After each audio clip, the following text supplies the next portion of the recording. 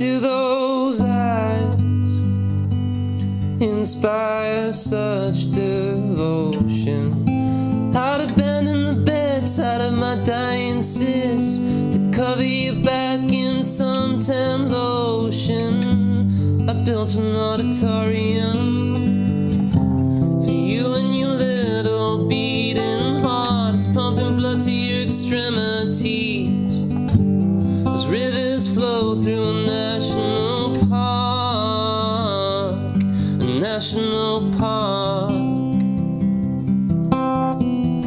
Your mouth a breakfast buffet, and I keep coming back for more. Your blue eyes, the bouquet, as I shout for an encore, an encore. Your tiny gentle voice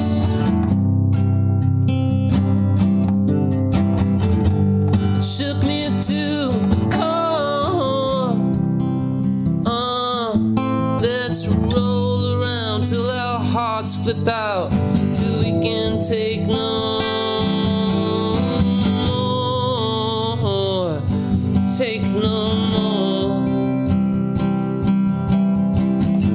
Your mama must have been insane to give such a woman a boy's name.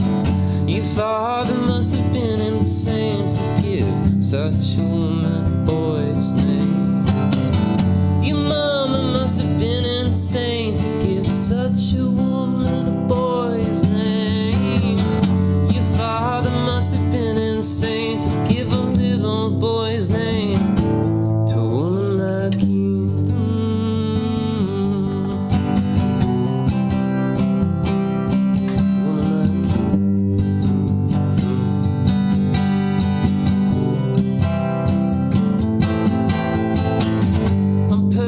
To the starting line, so when you share your beauty with me, don't spare a square centimeter, share it comprehensively. I built an auditorium for you and that little beating heart. It's pumping blood to your extremities, just like rivers flow through a national park, national park.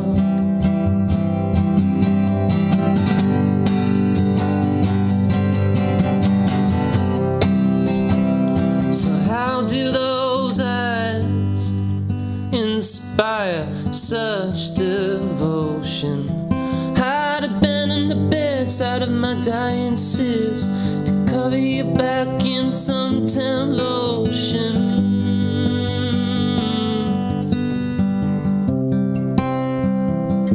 How do those eyes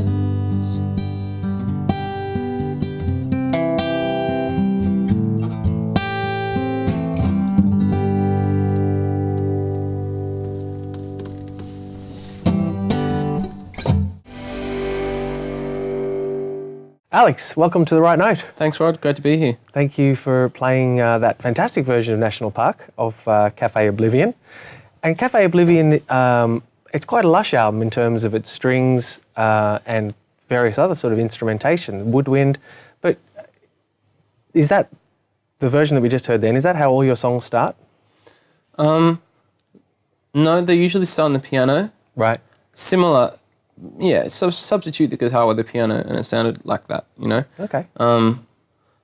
And I'll just figure out, because I've recorded the last couple of albums in my bedroom, to enable myself to do that, I have to record it to a click track, so as that I can multi-track and build up the picture. Yeah. And so I'll just start with the piano usually, right, and then I'll sing over the top of that, and then I'll just start throwing little bits of, paint at it until it feels like it's got an identity, and try to stop. And it's hard sometimes. Is it? Yeah. The title itself, I've seen a quote from you where you say, "The Cafe Oblivion is somewhere for Farlap and Charles de Gaulle to meet at the end of an hallucinatory day to recount stories of absurd love." Explain, please. Well, it's just I kind of I wanted to give the characters in the songs that I was writing a fabricated space that they could exist within. And I've had this idea of the Cafe Oblivion floating around for a long time. The thing that I like about it on a gut response is that it sounds great. It sounds like wonderfully pretentious, like a Henry Miller novel that he never wrote. Yeah. I wrote most of the songs at cafes, right, drinking coffees and making up stories. Oblivion, I have an interest in it, in the abyss, and I have this recurring dream of floating through space. Okay. And I'm a skeleton. Really? It freaks me out. Anyway, how regularly do you have that? I don't know, once a week, for as long as I can remember. Do you know what it means? I think it means that you've got to make a great record that no one's going to listen to. So I'm hoping that I've nailed it and the dream stop. And so I wanted to create. So that's the title. And okay. So what if the Cafe Oblivion was an actual kind of? And then I started thinking about those wonderful paintings that Parisian people would paint of people in cafes and bars in like the 20s and 30s in Paris or whatever, with those like elongated noses, and they're very lusty, and there's a lot of movement in them, and there's a lot of energy and excitement. And I thought, well, I'm thinking that, and I'm thinking Australiana Legends Bar at the end of the world, right? With like Farlap playing pool, or there's a couch made of Farlap, so his head's just over here, and his head's still animated. Right. But the rest of him is taxidermied, and he's just like cracking gags, or, I don't know, like just, and somewhere, for that, I needed to create that world. And then when I thought about that, it enabled me to try to write in that space as well. Yeah, okay. That's a long answer to your question, but there's a lot of stuff going on there. Yeah, so you had the concept first, and that shaped? And I made the album to suit the concept, yeah. Right, okay. And these characters that are in each of the songs, are they drawn from observations or real life experiences? Yeah, real life observations. Yeah. But extrapolated into surreal kind of territory. Yeah, okay. Not all of the songs nail this brief that I'm talking about. Like this, that's what I would like to think that I've nailed. Some do it better than others. Like there's a song called Crocodile Meat that I think does it really well. But some of the others are a bit more straight up and down. But yeah, I mean, that's what I was going for. Because the last album was sad, because I was sad. And then I stopped being sad. And the way that I got back into writing was just to jot down my observations about these people that I'd never talked to at the cafe or whatever. And then, like I said, extrapolate them into irreverent surrealism. And that was just, the technique that I used to start writing again after kind of feeling pretty sorry for myself. Okay. And it just ended up being very much the identity of the record. Yeah, great. And I've also seen that you said that you felt like you're not out to prove anything to anyone, even yourself with this record. Had you been in the past? Have you been, I guess, guilty of that? Oh yeah, for sure. Because it's important to me to make albums and that enabled me to have a sense of self-respect. That's usually what all this stuff comes down to, like me being able to be proud of what I've done and hopefully be proud in the future. And so with that in mind, it's like I want to make sure that I don't make the same album twice. And it got to the point where, I just needed to make a record like this. And in the past, I'd made reactionary moves. You make a record on the acoustic guitar, like the way that I played for you, and then, it's in a white guy with an acoustic guitar. There's certain things that immediately are associated with that, and people just roll their eyes, or they want to book you for a Sunday sesh, Yeah. And I'm like, that's not the sum of my interests. So I went and made Deep Heat, which is bombastic, and and then, and then I wanted to reinstall that grandeur and beauty into my soundscapes, into the music that I make, and that was the last album. And this one, it was just more like, well, I'm in a pretty comfy spot, you know, after a pretty rough time, like, you know, privileged rough time, not an actual, like, real Right. life rough time to all you people out there who are actually having real ones. That's just like sad time. Sure.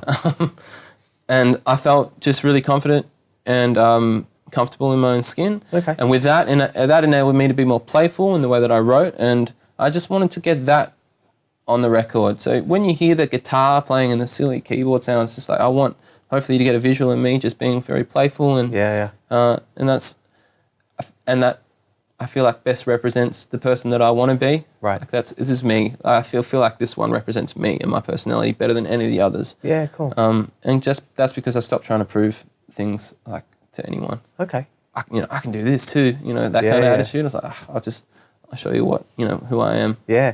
And is this the first time you felt comfortable in your own skin? Yeah, probably. Sure. Late 20s. I wrote it when I was 28 and 9, and Yeah. I'm just turned 30 recently, and yeah, I feel great. Okay. Being younger is weird. Right.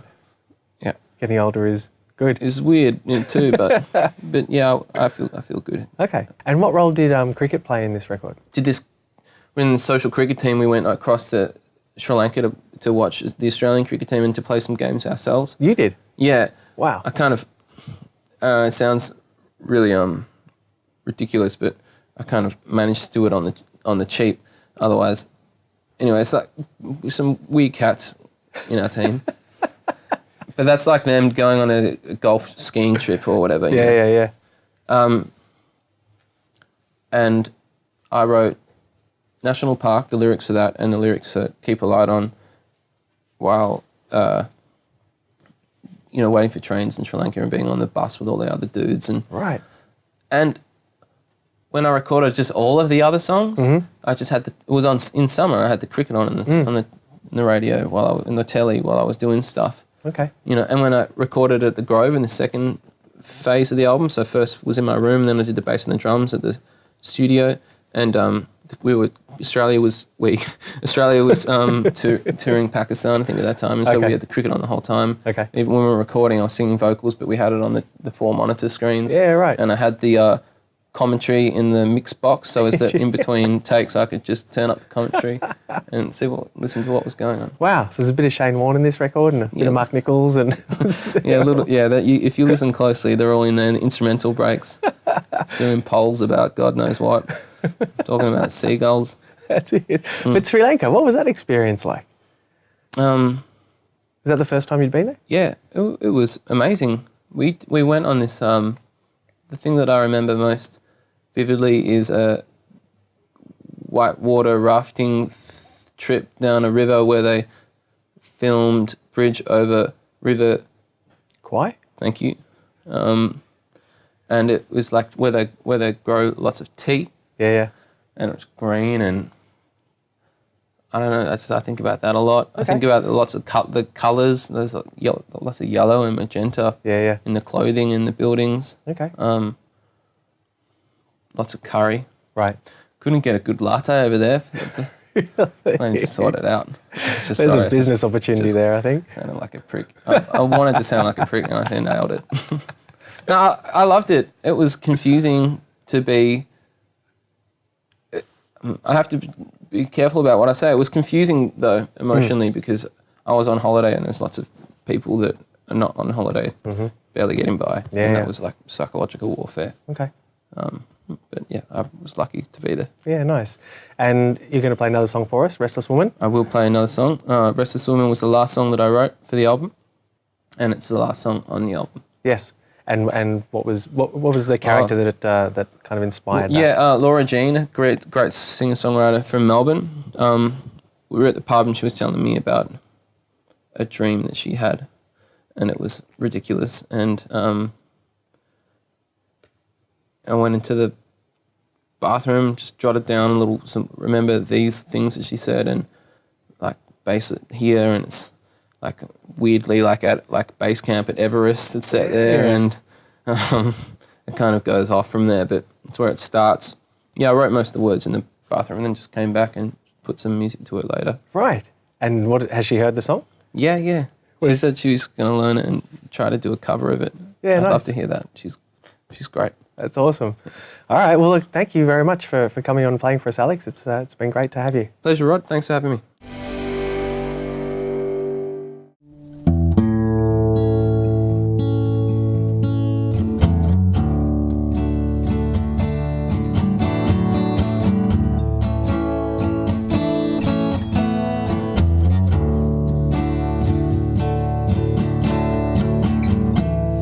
Restless woman, orchestrating her ecstasy.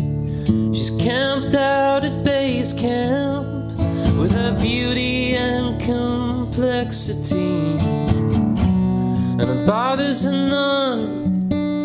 She's got all that she needs, the potential to stay and the ability to leave. Restless woman, orchestrating her restless blues. Restless woman, what else can she do?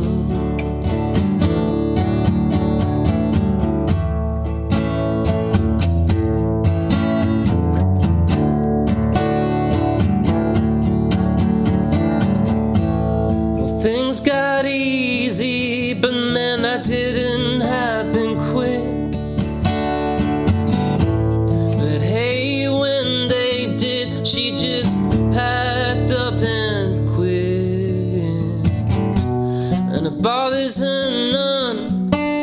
She's got all that she needs, the potential to stay and the ability to leave. Restless woman, orchestrating her restless blues. Restless woman, what else can she do?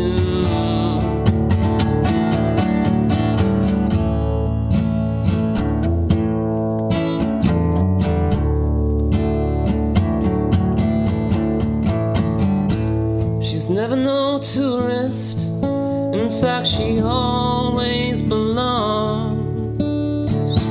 There's no need for a passport. Man, that just seems wrong. To deny such a woman of her restlessness when there's new soil for her to sanctify and a routine to perfect, man. It bothers her nothing.